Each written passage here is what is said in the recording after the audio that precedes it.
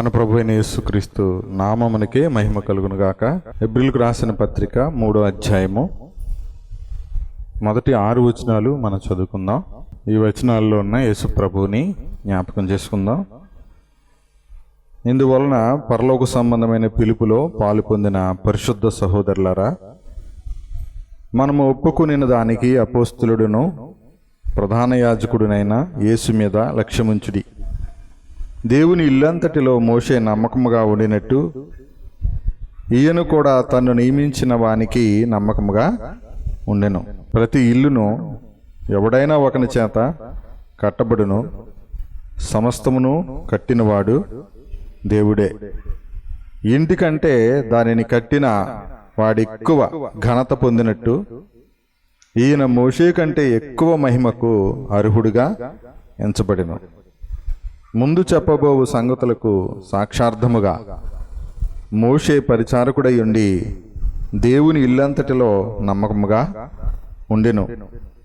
అయితే క్రీస్తు కుమారుడై ఉండి ఆయన ఇంటి మీద నమ్మకముగా ఉన్నాడు. ధైర్యమును నిరీక్షణ వలన ఉత్సాహమును తొదమట్టుకు స్థిరముగా చేపట్టిన ఎడల మనమే ఆయన ఇల్లు. పరమ తండ్రి, మీ ఘననామమును బట్టి స్తోత్రములు చెల్లించుకుంటూ పరలోక సంబంధమైన పిలుపులో పాలును అనుగ్రహించి పరిశుద్ధులని పిలిచి నాయన మా పక్షముగా పరలోకములో ప్రధాన యాజకుడిగా మా ప్రభు అయిన యేసుక్రీస్తుని వారిని ఉంచి మమ్మల్ని నమ్మకస్తులుగా చేయటానికి నాయన మీ ఇంటి మీద నమ్మకంగా ఉన్న యేసుక్రీస్తును మాకిచ్చి నాయన ధైర్యమును నిరీక్షణ వల్ల ఉత్సాహాన్ని తొదమట్టుకు చేపట్టినప్పుడు మమ్మల్ని మీ ఇంటిగా చేసుకోవడానికి మీరు ఇష్టపడిన దాన్ని బట్టి స్తోత్రాలు చెల్లించుకుంటూ సమస్తము కట్టిన మీ ఇంటి మీద మేము నమ్మకంగా ఉండినట్లుగా మా ప్రభు అయిన యేసుక్రీస్తుని గురించిన సంగతులు మాకు అనుగ్రహించి మా హృదయాలు నింపుమని క్రీస్తునామమున స్తుతించి ఆరాధించి వేడుకుంటున్నాం తండ్రి, ఆమేన్. మనం చదివిన 3 వచనాల్లో మొదటి వచనంలో అపోస్తలుడు ప్రధాన యాజకుడైన యేసు 3 సంగతులు అక్కడ ఉన్నాయి, మీరు జ్ఞాపకం ఉంచుకోండి. యేసు ప్రభు అపోస్తలుడు. మొట్టమొదటి అపోస్తలుడు ఎవరు? యేసు ప్రభువే. తర్వాత ప్రధాన యాజకుడు. ఆయన ఎవరు అని అంటే యేసు ప్రభు. యేసు మీద లక్ష్యం ఉంచండి అన్నాడు. ఎవరిని ఉంచమన్నాడు అంటే పరలోక సంబంధమైన పిలుపులో పాలు పొందిన పరిశుద్ధ సహోదరులను. ఎందుకు ఇందువలన అన్నాడు అని అంటే గడిచిన వారన్నము ప్రభుని జ్ఞాపకం చేసుకున్నాం. ఆయన తాను శోధింపబడి శ్రమ పొందిన గనక శోధింపబడు వారికి సహాయము చేయగలవాడై ఉన్నాడు ఇందువలన అన్నాడు. అంటే మనుషులు ఓపిక పట్టలేరు, మనుషులు ఎదురు చూడలేరు, మనుషులు దేవుడు కట్టే వరకు, దేవుడు చేసే వరకు, దేవుడు మన మొర ఆలకించే వరకు, అయితే దేవుడు సమాధానం ఇచ్చే సమయం వరకు కూడా వేచి ఉండలేని, ఓపిక పట్టలేనటువంటి, శోధనను సహించలేనటువంటి, శోధనను ఎదిరించలేనటువంటి బలహీనులు అన్నమాట. అందుకని మీకు సహాయం చేసి యేసుప్రభు ఉన్నాడు. ఎందుకంటే ఆయన కూడా మీకోసం రక్తమాంసాల్లో పాలుపడై తాను శోధింపబడి శ్రమ పొందాడు కాబట్టి మీకు శోధన కలుగుతుంది, శ్రమ కలుగుతుంది. ఇందువల్ల మీరు భయపడిపోకండి, తొందరపడకండి, కంగారు పడకండి. ఎందుకు? ఆ శోధింపబడి శ్రమ పొందేవారికి సహాయం చేయడానికే యేసు ప్రభు ఏం చేశాడు? ఈ లోకానికి వచ్చాడు, లేకపోతే రక్తమాంసాల్లో పాలువాడయ్యాడు. దేవదూతల కంటే కొంచెం తక్కువగా చేయబడ్డాడు. అబ్రహాము సంతాన స్వభావాన్ని ధరించుకున్నాడు, రక్తమాంసముల్లోనే పాలువాడయ్యాడు. మరణము యొక్క బలము గల వానిని అనగా అపవాదిని మరణము ద్వారా నశింపజేశాడు. జీవితకాలమంతా మరణ భయము చేత దాస్యమునకు లోబడిన వారిని విడిపించాడు. ఇందువలన అన్నాడు. ఇంత ఆయన చేస్తే అప్పుడు మనకి ఏ పిలుపు వచ్చింది? పరలోక సంబంధమైన పిలుపు వచ్చింది. ఇందువలన అంటే కార్యాలన్నీ ఎవరు చేశారు? ఇవన్నీ ఇన్ని చేశాడు. మనకు ఒకటి గుర్తురాదు. మొదటి అధ్యాయంలో ధ్యానం చేసాం, 2వ అధ్యాయంలో ధ్యానం చేసాం, ఇప్పుడు 3వ అధ్యాయంలోకి వచ్చాం. మొదటి అధ్యాయంలో పూర్వకాలం ప్రవక్తల ద్వారా మాట్లాడిన దేవుడు ఈ దినములు అంతమంది ఎవరితో మాట్లాడాడు? ఎవరి ద్వారా మాట్లాడాడు? కుమారుని ద్వారా మాట్లాడాడు. ఈ దినముల అంతములో ఇప్పుడు మనతో ఎవరి ద్వారా మాట్లాడుతున్నాడు? ఇప్పటికీ కుమారుని ద్వారానే మాట్లాడుతున్నాడు. ఆ కుమారుని సమస్తానికి వారసునిగా నియమించాడు. ఆ కుమారుని యందు మనల్ని కూడా వారసులుగా చేశాడు. దేనికి? ఆయనకు కలిగిన సమస్తానికని. ఇప్పుడు మనం ఎలా అనాలి? ఆయనకు కలిగిన సమస్తానికి వారసుడిగా నన్ను చేసే ప్రభు ఆయనకి స్తోత్రాలు. ఇందువలన పరలోక సంబంధమైన పిలుపులో పాలు పొందిన పరిశుద్ధ సహోదరులారా అన్నాడు. అంటే ఇప్పుడు మనల్ని ఏమంటున్నాడు? పరిశుద్ధ సహోదరులు అని పిలిచాడు. పరిశుద్ధులు అన్నాడా? పాపులు అంటున్నాడా? ఆయన పరిశుద్ధులు అన్నాడు. మనం ఏమో పాపిని అన్నాం అనుకోండి. మనం అంటున్నది దేని బట్టి? ఆయన అంటున్నది దేని బట్టి? ఆయన అంటున్నది క్రీస్తునందు పరిశుద్ధపరచబడ్డారు, క్రీస్తు రక్తంలో కడగబడ్డారు, దేవుని ఆత్మ వల్ల పరిశుద్ధపరచబడ్డారు, విశ్వాసం వల్ల నీతిమంతులయ్యారు, విశ్వాసం ద్వారా కుమారులయ్యారు, అందును బట్టి పరిశుద్ధ సహోదరులు అన్నాడు.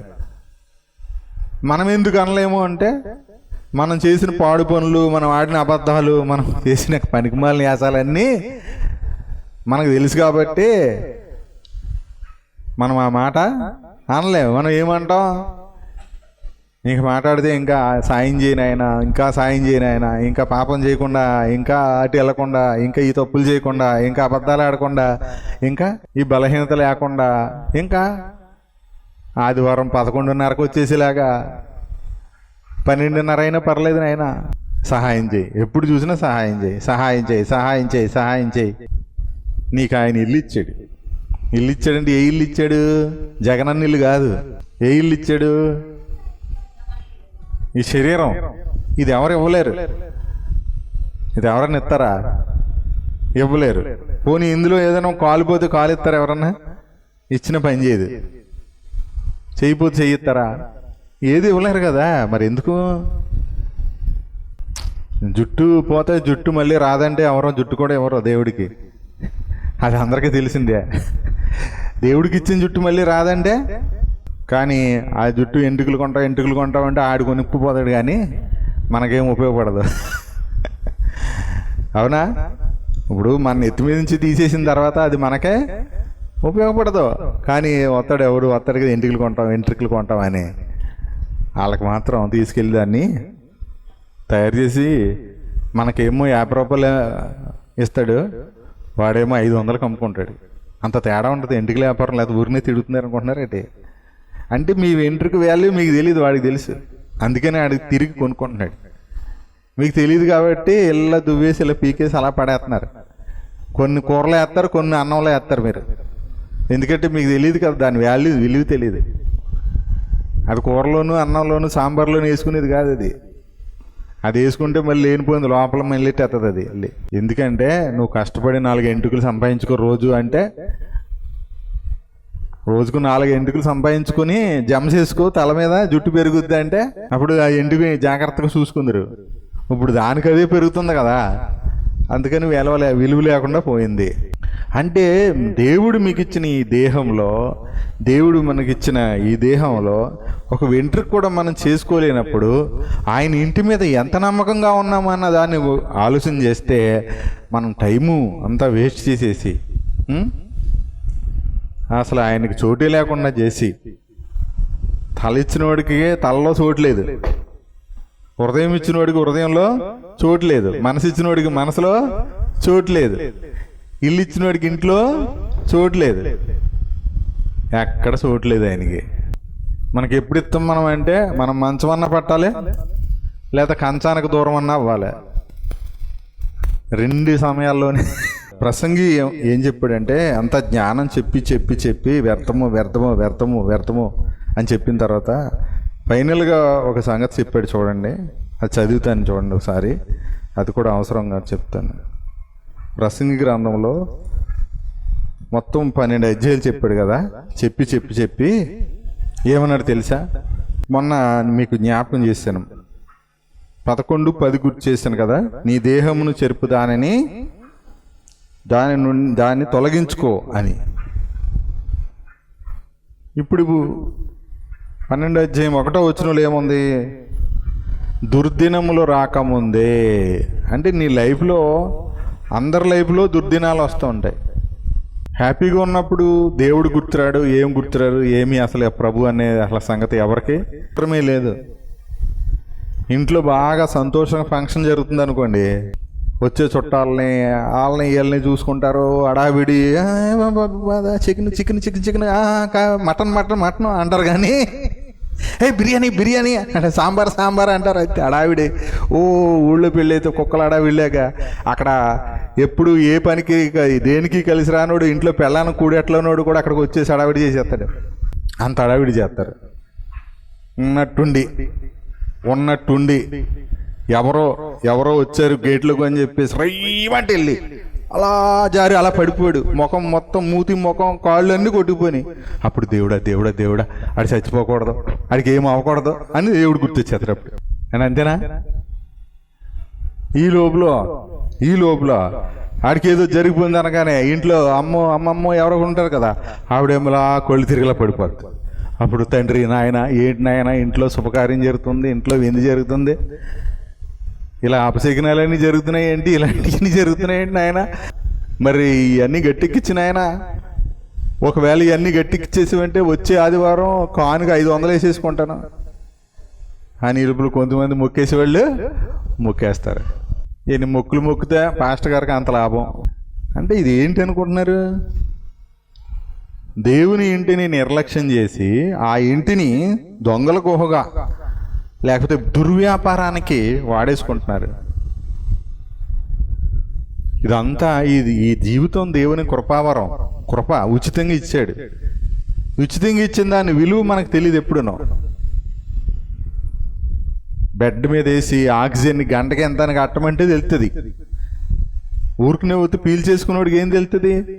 వాడు ఓవర్ యాక్షన్ చేస్తాడు. నేను ఆడి సంగతి చూస్తా, ఈడి సంగతి చూస్తా అంటాడు. అండ్ బెడ్ మీద పడేసి మూతుకు ఒక పైప్ ఎక్కించేసి మరి ఆక్సిజన్ పెట్టాము గంటకి ఎంత అవుతుంది అని బిల్లు వేస్తానే ఎలా ఉంటుంది? ఇప్పుడు చచ్చిపోయేవాడిని బతికించాడు. బతికిన తర్వాత ఏం చేయాలి? ఆయనతోటి సహవాసం, ఆయనతో నడవటం. హానోకు దేవునితో కూడా నడిచాడట, అవునా? దేవునితో నడవడం ఏంటి? ఒరే సత్యుడిని బతికిచ్చాడు కదా. బతికించినప్పుడు మొదటి స్థానం ఆయనకి ఇచ్చి తర్వాత సమయం బోళ్ళంతా అదంతా నీకు ఆశీర్వాదకరంగా ఉంటుంది. నువ్వు ఇప్పుడు ఇది ఎగ్గొట్టావు అనుకో, అదంతా కూడా నాశనకరంగానే ఉంటుంది, అదంతా నష్టంగానే ఉంటుంది. దేవుని ప్రణాళిక, దేవుని ఉద్దేశం, దేవుని మంచితనం, దేవుని ప్రేమ, దేవుని కరుణ, దేవుని దయ, వీటిని తెలుసుకోండి. దేవుని ప్రేమను తెలుసుకోండి, మీ జీవితాలు బాగుపడతాయి. అంతకంటే ఇంకేమి లేదని చెప్తున్నా.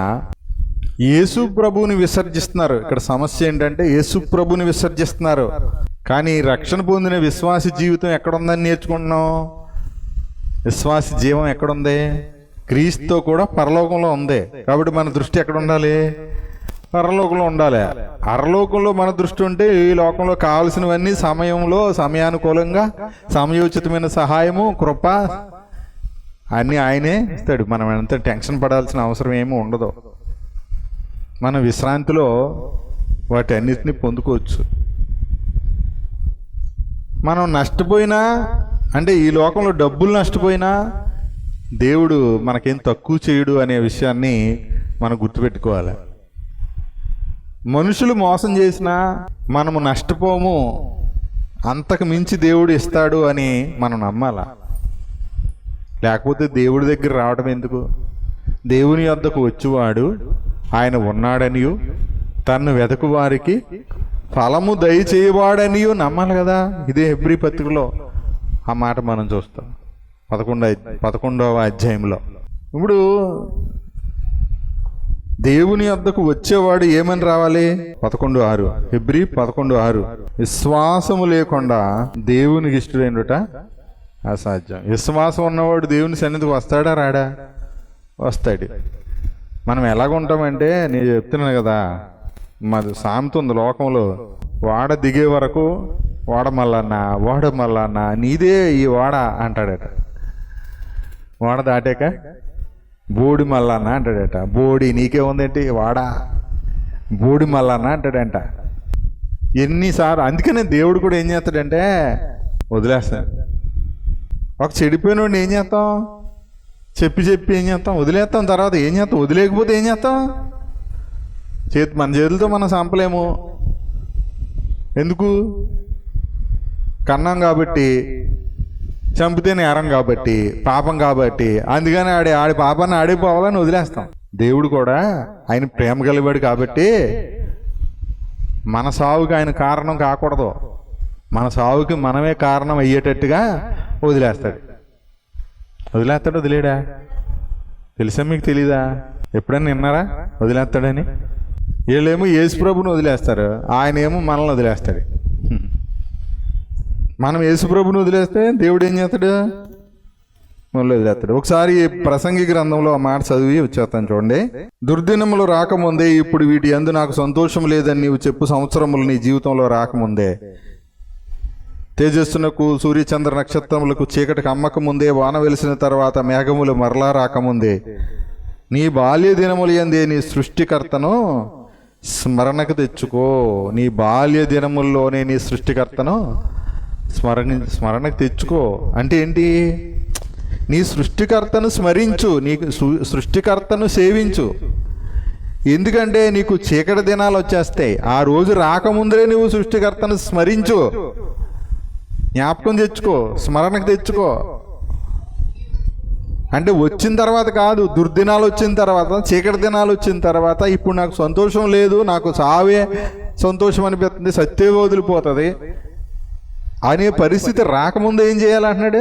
ఇప్పుడు వాన వచ్చింది, వెలిసింది, మరలా మేఘాలు వచ్చి వాన రాకముందరే నువ్వేం చేయాలి? ఆ వానను చూసే సృష్టికర్తను స్మరణకు తెచ్చుకో. అలా ఏమనుకుంటాం? మళ్ళీ వాన వచ్చినప్పుడు చూద్దాం. దీన్ని ఇలా అర్థం చేసుకోవచ్చు మనం. ఈ వర్షం అన్ని దేవుని వాక్యము, దేవుని సన్నిధిగా పోల్చుకుంటే అది తరచుగా కురి వర్షం అన్నాడు. ఆ వర్షాన్ని స్వీకరించిన నేల ఏం చేస్తుంది? ఫలిస్తుంది. కానీ ఈ రాత్రి నేల అనుకో, ఫలిస్తుందా? ఫలించదు. ఏం చేద్ది? ఆ పడుతుంది కానీ అలాగే వెళ్ళిపోద్ది. అక్కడ విత్తనం వేసినా మొలవదు. చాలామంది హృదయాలు అలాగ ఉన్నాయని చెప్పాడు అన్నమాట. కానీ భూమి సారవంతమైన నేల ఏం చేస్తుంది? ఆ వర్షాన్ని స్వీకరించి అది బహుగా ఫలిస్తుంది. అంటే వాన వెలిసిన తర్వాత మరలా మేఘములు మరలా కమ్మక ముందే అని అంటున్నాడు. దీన్ని హెబ్రీ పత్రికలు కూడా జ్ఞాపకం చేశాడు. ఒకసారి చూడండి, హెబ్రీ పత్రిక 6:7 చూడండి. ఎట్లనగా భూమి తన మీద తరచుగా కురియు వర్షమును త్రాగి ఎవరి కొరకు వ్యవసాయం చేయబడిన వారికి అనుకూలమైన పైరులను ఫలించుచు దేవుని ఆశీర్వచనం పొందును. అట్లే అయితే ముండ్ల తొప్పలు, గచ్చ తీగలు దాని మీద పెరిగిన ఎడల అది పనికిరానిదని విసర్జింపబడి శాపము పొందదగినదగును, తుదకది కాల్చివేయబడను. ఏమంటారు దీన్ని? తరచుగా కురిచే వర్షాన్ని భూమి తాగితే ఏం చేస్తుంది? అది పైరులను ఫలిస్తుంది, దేవుని ఆశీర్వచనం పొందుతుంది. మనం కూడా ఏంటి, కనీసం ఆదివారం అయినా దేవుని సన్నిధికి వచ్చి ఆయన వాక్యం విని ఆ వర్షాన్ని, ఆ వాక్యపు వర్షాన్ని త్రాగి దేవునికి అనుకూలమైన, కుటుంబానికి అనుకూలమైన పైరులను ఫలించాలి, దేవుని ఆశీర్వచనం పొందాలి. దేవుని సన్నిధి విడిచిపెట్టి నేను అని అంటే నీరు లేకుండా పంట అసలు పండదు, ఎండిపోద్ది. తర్వాత అక్కడ ఏమన్నాడు? ఆ నేల గచ్చపొదలు, ముండ్ల తుప్పలు ఇవి వచ్చినాయి అనుకోండి, అప్పుడు ఏమవుద్ది అన్నాడు? అది పనికిరానిదని విసర్జించబడుతుంది. చివరికి దాన్ని అంతమేమని చెప్పాడు? కాల్చివేయబడుతుంది. అంటే నరకం అన్నమాట. అంటే ఏంటి? ఎంతో సమయాన్ని వృధా చేసేస్తున్నారు కదా, వృధా చేయట్లేదా? అదంతా అదే ప్రసంగి జ్ఞాని ఏం చెప్పాడు? వ్యర్థమైన ఆయుష్కాలం, వ్యర్థం అంటే పనికిరాంది అన్నాడు. ఓసారి లెక్కేసాం. మన జీవితంలో స్త్రీలు అయితే సీరియల్ చూసిన టైము, సోదేసుకున్న టైము, నిద్రపోయిన టైము, పనికి మళ్ళీ అని ఆలోచన టైము, గొడవలు పడిన టైము, ఇదంతా వ్యర్థం కాదా? ఫంక్షన్కి వెళ్ళిన టైము, అక్కడ గిఫ్ట్ ఇచ్చినా సరే వ్యర్థమే. శుభ్రంగా బిర్యానీ, మటన్, చికెన్ మొత్తం కడుపు నిండా లాగించేసి ఇంత థమ్సప్ లేకపోతే ఇంకోటి ఏదో తాగేసిన అది కూడా వ్యర్థమే. ఎందుకు? అది ఒక పూట కూడే కదా, తర్వాత బహిర్భూమిలో విడిచిపెడతావు కదా, తర్వాత కడుపు నొప్పులు, కాళ్ళు నొప్పులు, ఎన్నో నొప్పులు. ఇక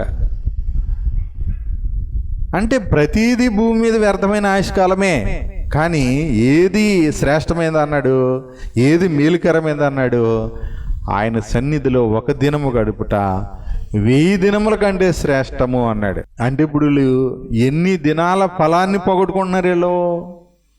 ఒక ఆదివారం మానేస్తే 1000 దినాలు తన జీవితంలో వచ్చే ఆశీర్వాదాన్ని, ఫలాన్ని పోగొట్టుకుంటున్నాడు మనిషి.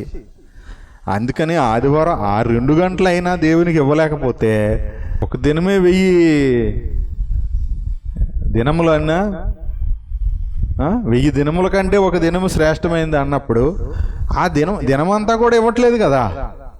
ఆ దినములు మనం ఒక 2-2.5 గంటలు పూర్తిగా లెక్కేస్తే అప్పుడు అది ఎన్ని దినములకు వస్తుంది? అప్పుడు కూడా న్యాయవంతుడు ఎక్కువే వస్తుంది. ఒకవేళ 2.5 గంటలు ఇస్తే దేవుడు లెక్కలు కడితే ఆయన దృష్టిలో రోజులే కదా. మరి ఒక దినం 1000 దినాలతో పోల్చినప్పుడు 2 గంటలు కూడా చాలా రోజులు వస్తాయి. ఎవరన్నా అలాగిస్తారా? దేవుడు తప్ప ఎవరు అలాగే ఫలం ఇవ్వలేరు. మనము ఒక రోజు చేస్తే ఆ ఒక రోజు కూలీయే ఇస్తారు కదా. ఒక రోజు పని చేస్తే 1000 రోజులు కూలీ ఎవరైనా ఇస్తారా? పోనీ ఒక రోజు పని చేస్తే 2 రోజులకి ఎవరైనా ఇస్తారు కూలీ? ఇక్కడ ఇచ్చేవాళ్ళు ఉన్నారు, ఈ గవర్నమెంట్లో ఇస్తారు. ఎలా ఇస్తారో తెలుసా? హామీ పథకాలు ఉన్నాయి కదా, ఉపాధి హామీ పథకాల కింద వెళ్తున్నారు కదా. ఏదో అక్కడ కూర్చుంటారా, అక్కడికి వెళ్ళి అక్కడ కూర్చుని చెట్ల కింద కూర్చుంటున్నారు, అక్కడక్కడ కూర్చుంటున్నారు. నేను వాస్తవం చెప్తున్నాను, గవర్నమెంట్ని మోసం చేస్తున్నారు. గవర్నమెంట్ మోసం చేయడం అంటే దేవుడిని మోసం చేయడమే, దేవుడిని మోసం చేయడం అంటే వాళ్ళని మోసం చేసుకోవడమే. ఇంకా అయిపోయింది అంతే. అంటే ఇప్పుడు చెప్పండి, మళ్ళీ వీళ్ళు ఏమంటారు తెలుసా? ఆడేం చేశాడు, ఈడేం చేశాడు అంటే అర్థం ఏంటి? ఎవరు ఆడు ఈడును? ఒకడేమో సీఎం గారు, ఒకడేమో పిఎం గారు, ప్రైమ్ మినిస్టర్ గారు. ఆడిచ్చేసాడు, ఈడేం చేశాడు? ఆ డబ్బులు ఇంకా ఇయ్యలేదు. ఏ డబ్బులు? చెట్టు కింద కూర్చున్న డబ్బులు. వీళ్ళు ఉన్నారు కదా, వీళ్ళు పనికి వెళ్ళి అక్కడెక్కడ కూర్చొని మళ్ళీ ఇలా చెప్తున్నారు. ఇద్దరు రాయించుకుంటారంట, ఒకళ్ళే చేస్తారా?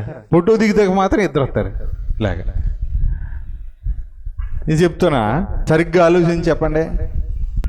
వీళ్ళే ఇంటికి ఎవరినన్నా పనికి కేకేసి ఈ చెట్టు కింద కూర్చో, టీ తాగు, టిఫిన్ తినో, సాయంత్రం కూలి ఇచ్చేస్తాను వెళ్ళిపోదు కానీ అంటారు ఎవరన్నా? వాళ్ళు ఏమంటారు తెలుసా? ఇది వరకే పొద్దున 8 వస్తే సాయంత్రం 6 దాకా 5 దాకా చేసేవారు. ఇప్పుడు 6 వచ్చి 12 వెళ్ళిపోతున్నారు. మళ్ళీ 700 800 అంట కూలి అని ఈ పనికి మాలోళ్ళే మాట్లాడతారు అన్నమాట. అక్కడ వాళ్ళ ఇంటికి వస్తే 6 వచ్చేసి 1 గంట వరకు చేసేయాలా. వీళ్ళు మాత్రం గవర్నమెంట్ పనికి వెళ్ళిపోయి పనికి మాలిన పని చేసి ఎవరికి ఉపయోగపడదు. వీళ్ళు కూడా పైన ఉన్న వాళ్ళు కూడా మంచి గ్రామానికి పనికి వచ్చే పనులు పెద్దగా చేయరు. ఏదో పైన ఇళ్ళ తవ్వేసి ఎలక తవ్వనట్టు ఫోటోలు దిగిపోయి 250 రూపాయలు అంట మనిషికి కూలి. ఒకళ్ళు వస్తేనేమో 2కి రాయించేసుకొని, 2 వస్తే 3కి రాయించేసుకొని, వాళ్ళేమో ఇంటికాడ పనులు చేసుకుంటే ఒకళ్ళు వచ్చి పని చేసేసి 2కి మస్తరేయించేసుకొని ఫోటో దిగిటాకేమో వచ్చేసి ఇవన్నీ ఎవరిని మోసం చేస్తున్నారు అనుకుంటున్నారు? నేను ఆలోచించాను అనమాట. నేను డ్యూటీకి వెళ్ళి దారిలో ఒక ఊరు ఉంది. ఆ ఊరిలో పక్కనే, రోడ్డు పక్కనే ఊరు చివర ఒక చింత చెట్టు ఉంది. ఆ చింత చెట్టు కాడ రోజు జనాలు పొద్దునే కూర్చుంటారు. ఎందుకు వచ్చారు అనుకుంటున్నారు వాళ్ళు? గవర్నమెంట్ పనికి వచ్చారనమాట. ఆ చింత చెట్టుకి కూర్చొని తెచ్చుకున్న కొంతమంది పెరుగన్నం, గింజన్నం, లేకపోతే టిఫిన్ పొట్లం తెచ్చుకొని శుభ్రంగా అక్కడ తినేసి మస్తరేం చేసుకొని ఆ టైం అయ్యాగానే మళ్ళీ వెళ్ళిపోతారు. ఎవరిని మోసం చేశారు వాళ్ళు? ఆ కడుపులోకి వెళ్ళేది వాళ్ళకేమైనా ఉపయోగపడద్దా? అందుకనే గవర్నమెంట్ ఉద్యోగం అయినా మోసగాడే, గవర్నమెంట్ది ఏ పనైనా మోసమే, గవర్నమెంట్ కాంట్రాక్టు మోసమే. అసలు గవర్నమెంట్ అంటేనే మోసం అన్నంతగా అయిపోయింది. మళ్ళీ ఆడొస్తాడా ఈడొస్తాడా, ఆడు నెగ్గితే ఏమిస్తాడు, ఈడు నెగ్గితే ఏమిస్తాడు, ఇదే గొడవ. అంటే ఏదన్నా ఉచితంగా వచ్చేయాలి. ఒక ఆలోచన చేయండి, ప్రజలు వాళ్ళని ఎంత దుర్మార్గంగా మోసం చేసుకుంటున్నారు అంటే, ఇంటి మీద నమ్మకంగా, ఎవడింటి మీద ఆడు ఉండాలి, దేవుడు ఎవడికిచ్చిన ఇంటి మీద ఆడు నమ్మకంగా ఉండాలి. కానీ ఇంటిని దొంగల గుహగా, ఏమండి, రోగాల హాస్పిటల్ కంటే దారుణమైనటువంటి ప్రభుత్వ ఆసుపత్రుల కంటే దారుణం ఇప్పుడు ప్రభుత్వ ఆసుపత్రులు కూడా కొంచెం బాగానే ఉన్నాయి, అంతకంటే దారుణంగా తయారు చేసుకుంటున్నారు వీళ్ళు. లిటరన్ ట్యాంకుల్లాగా ఉంటున్నాయి కడుపులు, నోరు చూస్తే డ్రైనేజీ కంపు, మాట్లాడితే కంపు. ఇంత చెడిపోయినాయి మానవ దేహాలు. నేను దీనికోసం చెప్తాను, దీనికోసం యేసుప్రభు శరీరం దాల్చి వచ్చి ఆయన సిలువ భరించాడు. ఇలా చెప్పుకుంటూ పోతే ఈరోజు అధికారాలన్నీ కూడా దేవుని వలన కలిగాయి. ఉన్న అధికారాలన్నీ ఎవరి వల్ల కలిగాయి? దేవుని వల్ల కలిగాయి. కానీ ఈరోజు డబ్బు వల్ల అధికారాలు కలుగుతున్నాయి. అందుకే ఒకరినొకరు దోచుకుంటూ, ఒకరినొకరు మోసగించుకుంటూ, ఒకరినొకరు ఏమార్చుతూ, చివరికి వాళ్ళని వాళ్ళే మోసం చేసుకుంటూ, ఒంట్లో రోగాలు, ఇంట్లో రోగాలు, హాస్పిటల్ ఎన్ని కట్టినా హాస్పిటల్ నిండా రోగులు, ఎక్కడ ఖాళీ లేదు. హాస్పిటల్కి వెళ్తే ఎప్పుడు వస్తామో మళ్ళీ తెలీదు. కొన్నిసార్లు వెళ్తమే కానీ మళ్ళీ రావటం ఉండకపోవచ్చు. కొన్నిసార్లు ఉంటాం, ఎందుకు బతుకున్నామో తెలీదు. ఉన్న రోజులు ఖర్చే, మొత్తం అప్పులు చేయటమే, మందులకి, తిండికి, దానికి, దీనికి, అంతేనా? చివరికి మంచానికి అంటుకుపోయి, ఏ పక్కన మంచానికి అంటుకుందో ఆ పక్కన మొత్తం అంతా చెడిపోయి కంపు వచ్చేసి పురుగులు పెట్టేసి, ఇవన్నీ ఎవరు వేసుకున్నారు తెలుసా? వీటన్నిటినీ మనం అనుభవించకుండా ఎందుకు ఇలా జరుగుతుంది అంటే, ఇప్పుడు చూద్దాం రోమపత్రిక. ఈ అన్నిటికీ ఒకటే కారణం, రోమపత్రిక. మొదట వాళ్ళు చేసిన పని ఏంటంటే 21వ వచనంలో ఏమన్నాడు? కృతజ్ఞతాస్తుతులు చెల్లింపలేదు, దేవుని ఎరిగి ఆయనని దేవునిగా మహింపరచలేదు, కృతజ్ఞతాస్తుతులు చెల్లించలేదు. రోమ 1:21. దేవుని ఎరిగి దేవునిగా మహింపరచలేదు, కృతజ్ఞతాస్తుతులు చెల్లింపలేదు. కానీ ఏం చేశారంట? వాదాలు పెట్టుకుని వ్యర్థులవటమే కాదు, ఈ ప్రభు సన్నిధిలో కృతజ్ఞతాస్తుతులు ఆరాధన సమయాన్ని కూడా వ్యర్థపరిచేస్తున్నారు. రానోళ్ళు వ్యర్థపరిచేస్తున్నారు, వచ్చిన మీరు వ్యర్థపరిచేస్తున్నారు. ఎందుకు? ఆరాధించాల్సిన స్థితిలో, కృతజ్ఞతాస్తుతులు చెల్లించాల్సిన స్థితిలో ఉండాల్సిన మీరు ఇంకా ఇలా చేయాలి, అలా చేయాలి అని చెప్పే పరిస్థితుల్లోకి తీసుకొస్తున్నారంటే, ఇలా ఉండాలి, దీన్ని బట్టి స్తోత్రాలు చెల్లించాలి. యేసు ప్రభు ఏం చేశాడు మీకోసం ఒక్కొక్కటి జ్ఞాపకం చేసుకోండి అని చెప్పవలసి వస్తుందంటే, మీరు వారమంతా యేసు ప్రభుని మర్చిపోయి బతుకుతున్నారు.